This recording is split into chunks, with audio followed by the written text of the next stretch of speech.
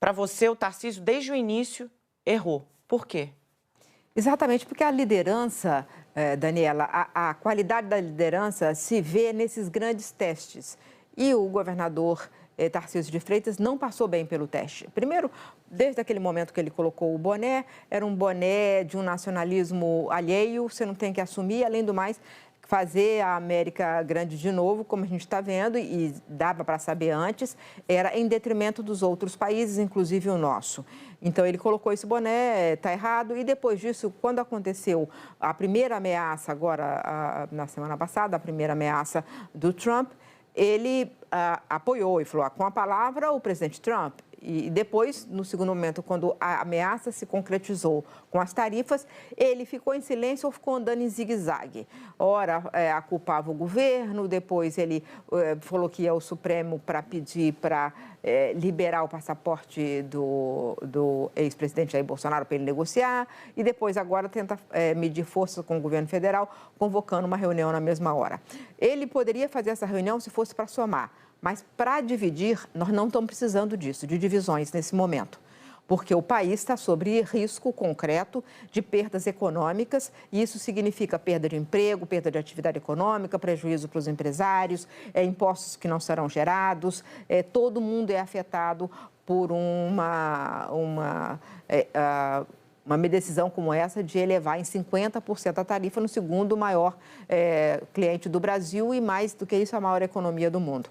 Então, isso tem um efeito muito ruim para a economia brasileira, e ele está fazendo política. Né? Isso que é a interpretação dos empresários de São Paulo é verdade, porque se ele quisesse realmente resolver o problema, como ele leva para lá o encarregado de negócios, que por mais que ele seja baixo escalão, ele é a maior autoridade dos Estados Unidos no Brasil. Então, ele conseguiu levar. Mas para ouvir quem? Pessoas que não são relevantes no mundo empresarial ou perderam a relevância.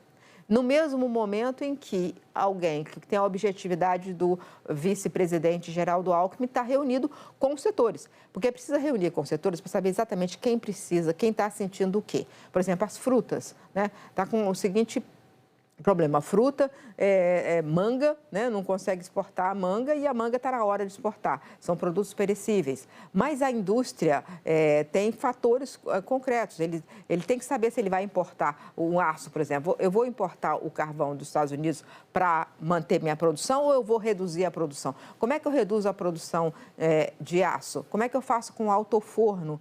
Né? Então, porque não pode ser desligado. Tem muita decisão que os empresários, nesse momento, estão vivendo a era da incerteza. Não sabem o que fazer sobre muitos produtos. E cada um tem uma situação específica. E o que o vice-presidente Geraldo Alckmin está fazendo, eu vi cada questão específica. O que o governo brasileiro deve fazer é o que ele está fazendo. Ele está procurando saber o problema de cada um e vai depois procurar, e tem que começar a procurar imediatamente, os aliados nos Estados Unidos. E os aliados quem são? São os que compram os produtos brasileiros e que vão sentir o peso de pagar uma tarifa mais alta e vão perder seus clientes ou vão deixar de importar e de produzir.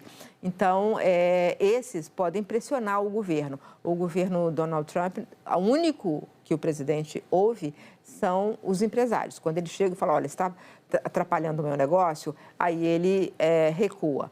Então, esse é o caminho, e também continuar mantendo, na medida do possível, dentro do USTR, que é o Escritório Comercial da Casa Branca, ou o Departamento de Comércio, ou o Departamento de Agricultura, ou o Departamento, os níveis ministeriais do governo americano, manter o diálogo que tem sido mantido desde o começo. O Brasil tem feito propostas para resolver os problemas econômicos e comerciais. A alegação política daquela carta de Trump, ela tem que ser ignorada, porque ela é inconcebível e inaceitável que se faça ameaça ao judiciário brasileiro e ameaça ao executivo brasileiro por decisões que são do judiciário. Então, o que o governo está fazendo isola a parte política, que é inaceitável, e eu vou tratar das questões práticas. Eu quero continuar o comércio. E é isso que o governo está fazendo no nível federal. E no governo estadual está um governador em zigue-zague, andando de um lado para o outro, e não resolvendo o problema, enfraquecendo a posição do Brasil exatamente por esse zigue-zague, essa tentativa de roubar do governo federal uma atribuição que é específica do governo federal, que é a negociação governo a governo.